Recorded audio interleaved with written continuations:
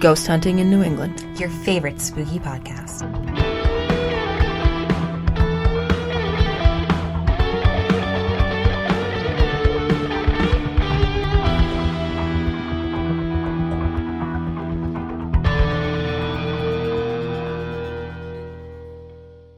Hello and happy Wednesday. Welcome to Ghost Hunting in New England. I'm your host, Amelia, and this week I'm all by myself. Now, what's the scariest thing anyone can think of right now? Or at least the scariest thing on most of our minds? Well, I think we all know what that is. And isn't it an interesting time in history right now? Not to add to anyone's panic, but this week we're going over ghosts of the Bubonic plague. So, the bubonic plague ran rampant through London from the year 1665 to 1666, where over 100,000 people began developing huge sores and black spots all over their bodies, coughing up blood only before dying within a few days. 1/5 of the entire city's population died, and there were so many bodies that piled up, they had to be picked off the streets and pushed in carts to be dumped in mass graves.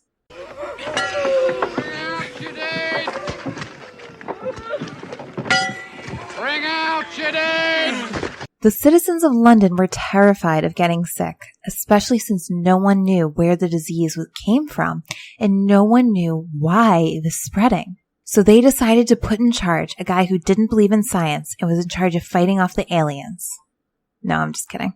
What they did do was paint red crosses on the doors of the infected and made doctors wear these really fashionable masks that resembled some sort of hellish bird creature. Many believed the plague was the work of the devil, and as the year 1666 crept even closer, they believed the sickness was punishment for the world's sins. Others thought the disease oozed from the gases of the earth itself.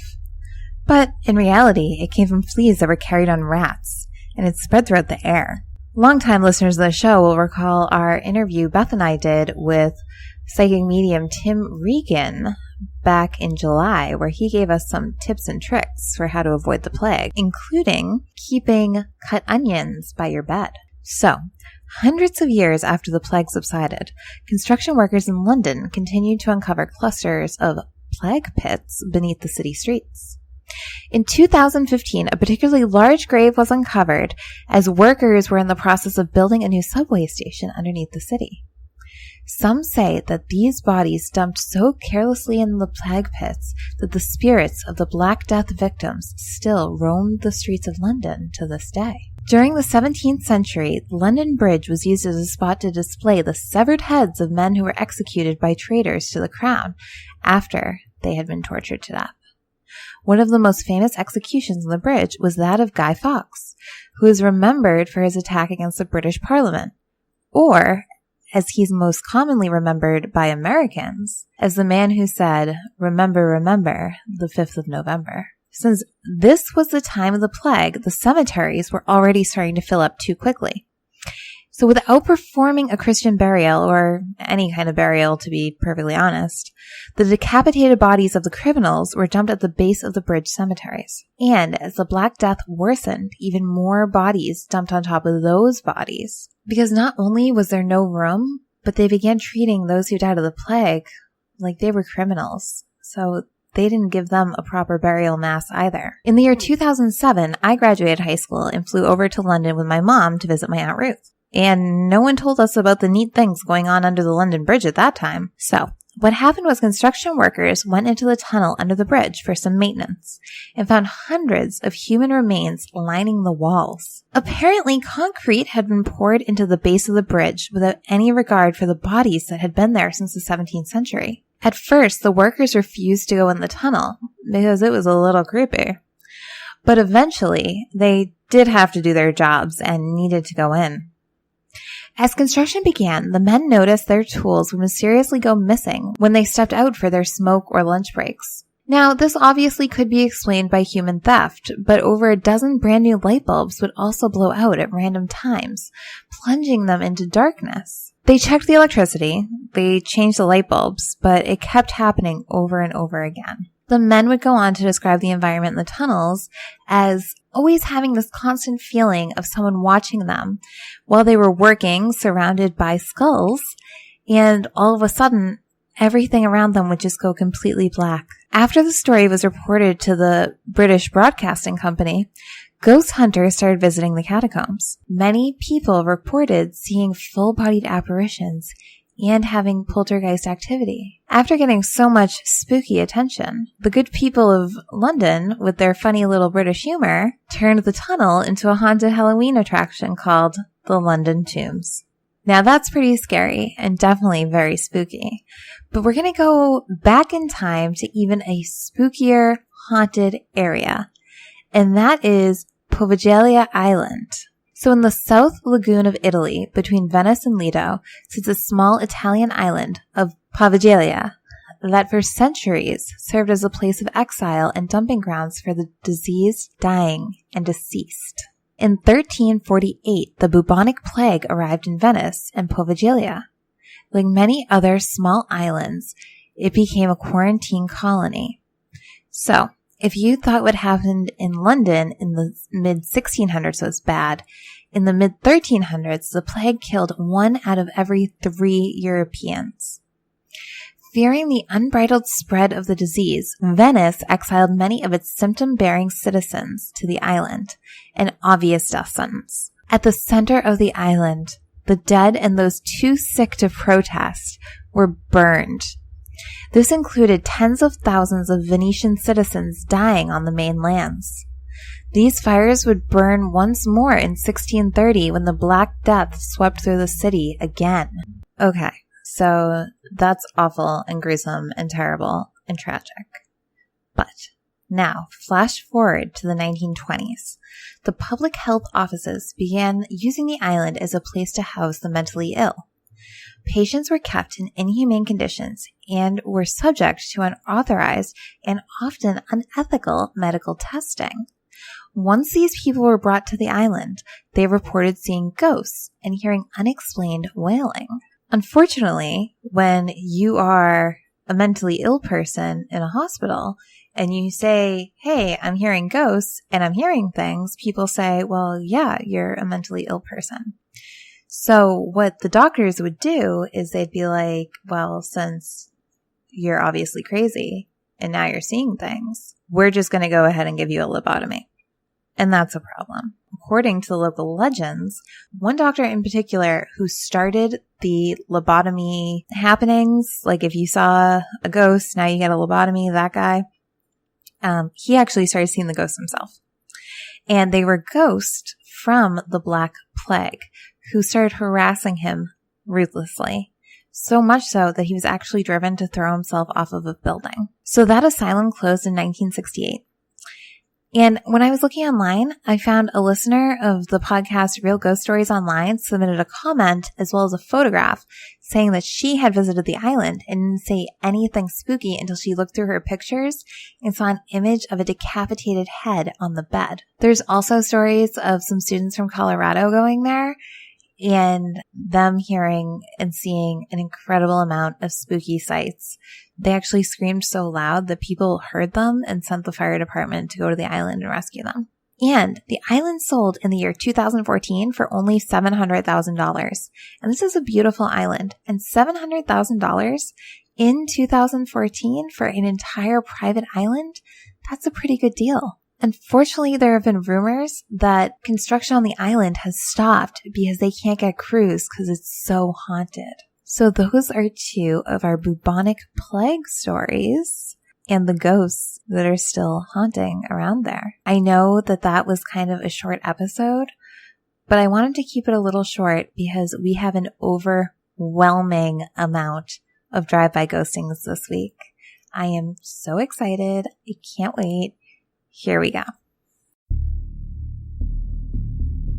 Hey guys, it's Brendan Shea. And Annie Weebs, and we're the host of Serial Spirits Podcast.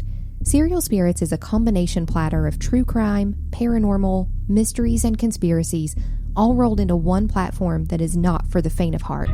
Listen in each week as we bring you original investigative series, interviews, chilling stories of the supernatural, and more.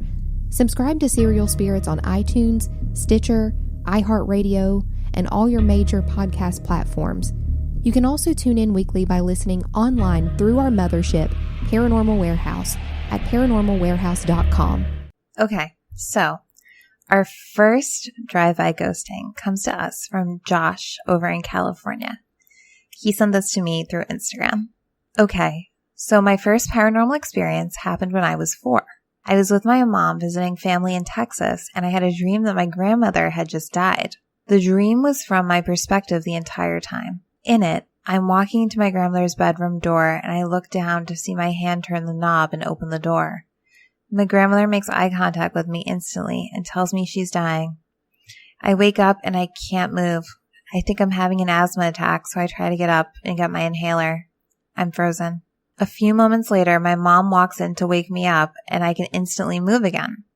My mom then sat on the bed next to me to let me know that my grandmother had just died. My second one was at about the same age. I woke up in the middle of the night not being able to breathe. My mom picked me up and took me outside to sit on the porch for fresh air. I looked into the northeast part of the sky and see these 3 glowing lights. They were close together and triangular in shape.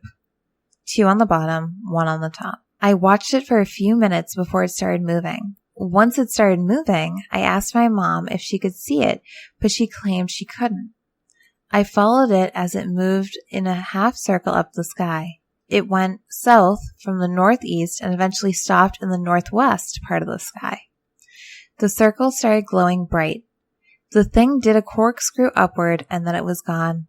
A few years ago, I realized this UFO would have been floating above what is the now closed Norton Air Force Base, which was rumored to have had a UFO hanging out in one of the hangars. Those are my earliest 2 stories, and I have at least a handful more. I lived in some places where a lot of spooky stuff happened. Well, thank you so much, Josh from California.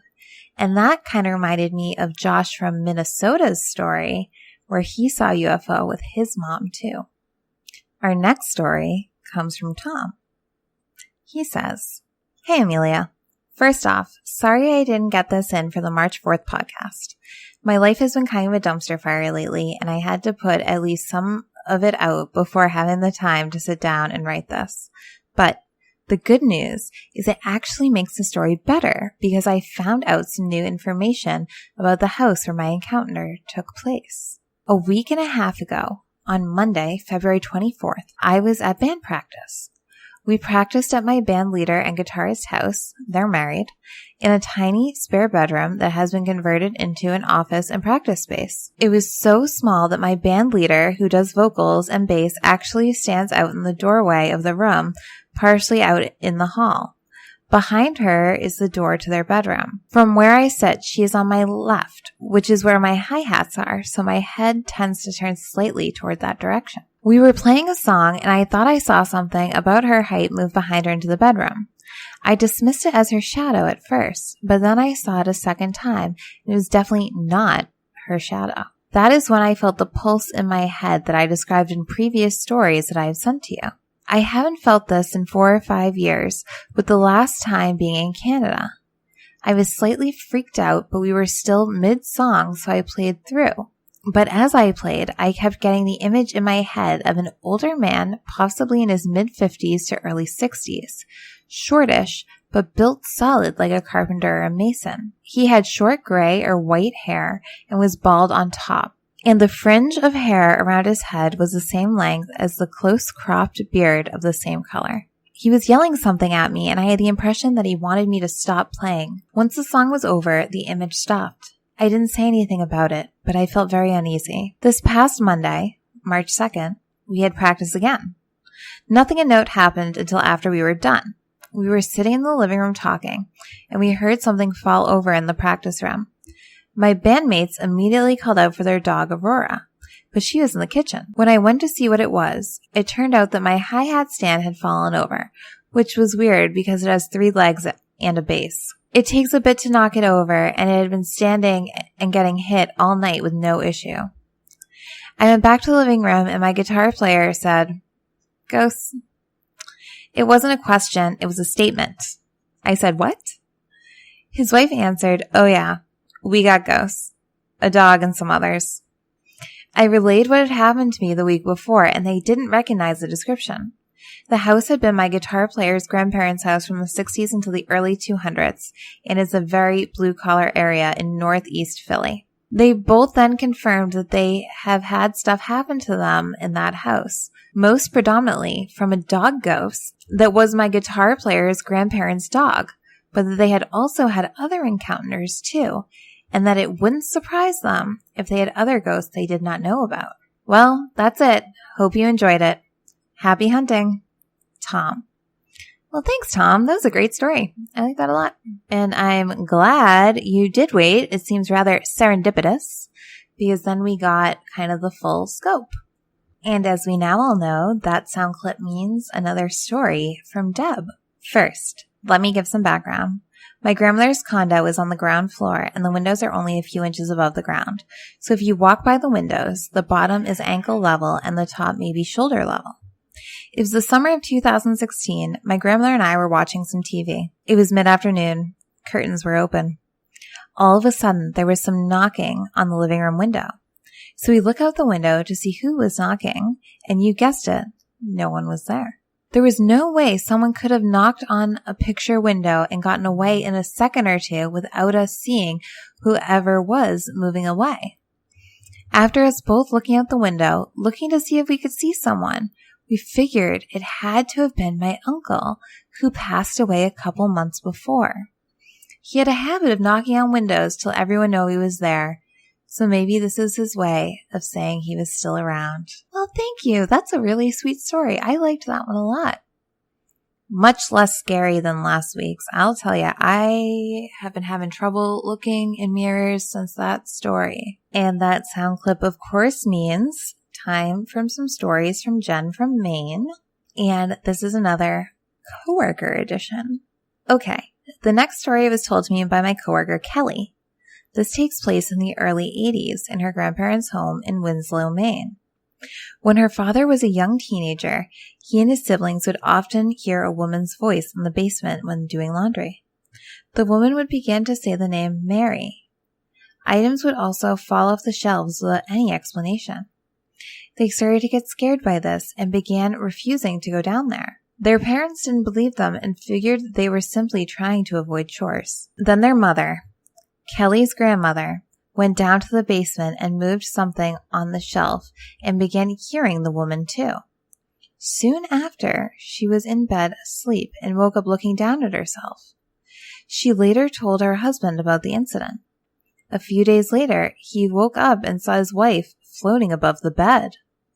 Kelly says he kept a camera nearby just in case anything strange happened and managed to snap a picture of her floating above the bed. After this incident, combined with the voice in the basement, they decided to hire a medium to come to the house. She went to the basement, and hidden on the shelf behind many other objects was a Ouija board. The board was removed, and the medium did a full cleansing of the house. There has been no paranormal activity since. Kelly has never seen the actual photo, but I've urged her to find it, and if she does, I'll send it to you. Hope you liked my drive-by ghosting coworker addiction. Don't use Ouija boards, and stay spooky. Jen. Thank you so much, Jen. That was great. Never use a Ouija board.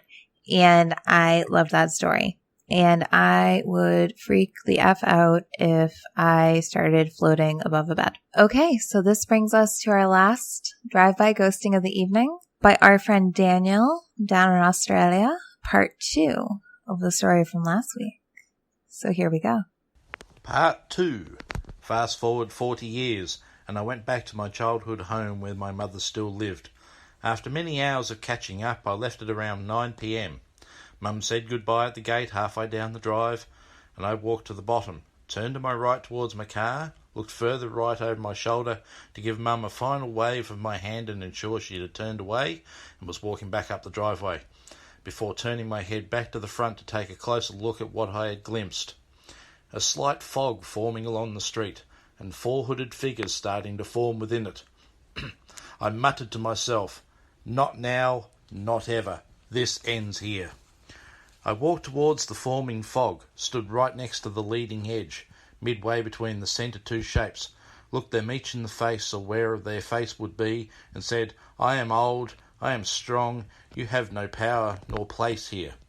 I stand before you strong and never in fear. Go away, you can never hurt me. I then turned on the spot, got in my car and drove off without a glance in the mirrors. I'm going back in June this year, and I plan on standing on that spot at night and silently daring the entities to try and show up again. I know they won't. To this day I don't know what they were capable of, nor how they came to be there. The suburb I lived on was once bushland inhabited by indigenous people, later a farm, then turned into a suburb. Never were there monks, cemeteries, witchcraft, or anything else remotely weird in the area. I once had a small suspicion as to what they were, and it related to spontaneously waking up from a night terror, a thing no one should wake up during, nor be woken up from. I initially had the idea they were guards of what I saw in one particular night terror. You may wish to leave the next part out, as it may come across as something you don't do, and I personally don't believe in anyway. It may appear to be like a demon. I sometimes had full-blown night terrors as a child, but then again, doesn't every child?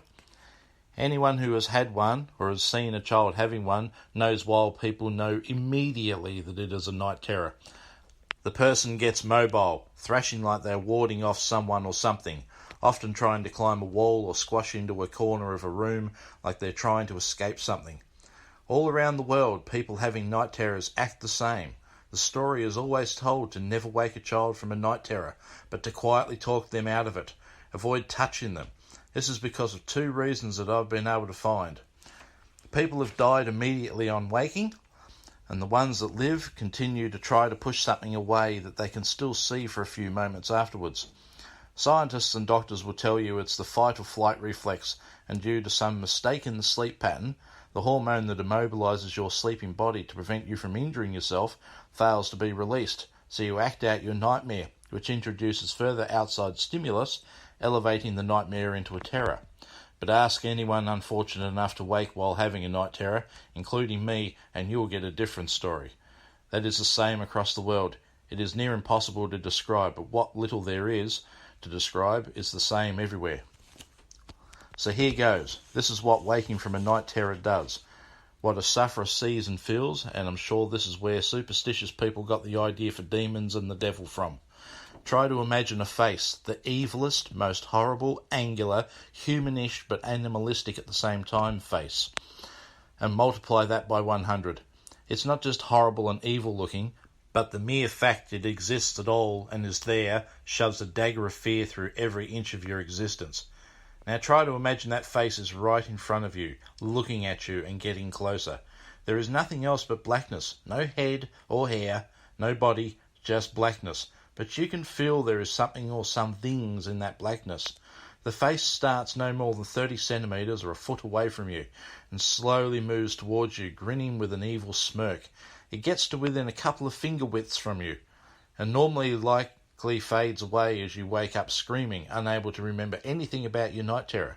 But then, one time, as the face is close, you wake up. The room around you resolves into reality, and you see your concerned family is huddled around you, but the face is still there, for up to 10 seconds before fading away. Again, even with that image before you, you can't explain nor describe what you have dreamt. In fact, the last look from that face is of one who knows you cannot break from its power to stop you talking. Many years later, as a parent, my son started screaming in a night terror. His mum went to wake him up, but that scream made me stop her. I told her it was a night terror and we should not wake him but let it pass its course.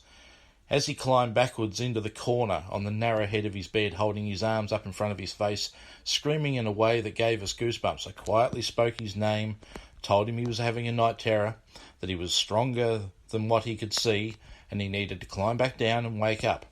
After a few seconds he started to calm down and climb back onto his mattress. I put my hand up as if to stop him if he fell forward, but I was actually putting my hand in front of the very, very faint image of a horrible face I could barely see just in front of him. As he climbed down, he rolled onto his side, faced away from me, and fell into a deep sleep, not once opening his eyes. I leaned over him to check he was okay, and got within inches of where I knew the face was, and whispered, "I beat you once, and I'm here to protect this one." The face started to turn towards me and faded away. My son never had another night terror, and apparently it never visited my daughter. That face I saw in front of my son may have just been a memory of my own night terror, or it may have actually been real. I don't know. It may be the slight psychic abilities I've inherited that allowed me to see this thing, or it may just be so powerful anyone can see it. And on that note, sleep tight, everyone. Gosh, I love Daniel's stories. He's so talented and incredible, and thank you, Daniel, for always contributing so much to our show and mesmerizing us with your terrifying tales. So thank you all so much for listening. I look forward to next week and having Will back, and thank you all so much. As always, you can reach us online at ghosthuntinginnewengland.com, facebook.com/ghosthuntinginnewengland, Twitter, ghosthuntingNE, and Instagram at ghosthuntinginnewengland. You can't send a carrier pigeon anywhere because we are recording solo now as we kind of scramble and think about a new space, or are we just going to be at home? Or are we going to go back to Somerville Media? I don't know. Thank you as always to Aaron Schill for composing our intro music. And that's it for this week, guys. Please, please, please, everyone be sure to wash your hands and continue supporting small businesses. We're really hurting throughout this ordeal. I'll see you guys all next week. And as always, happy hunting.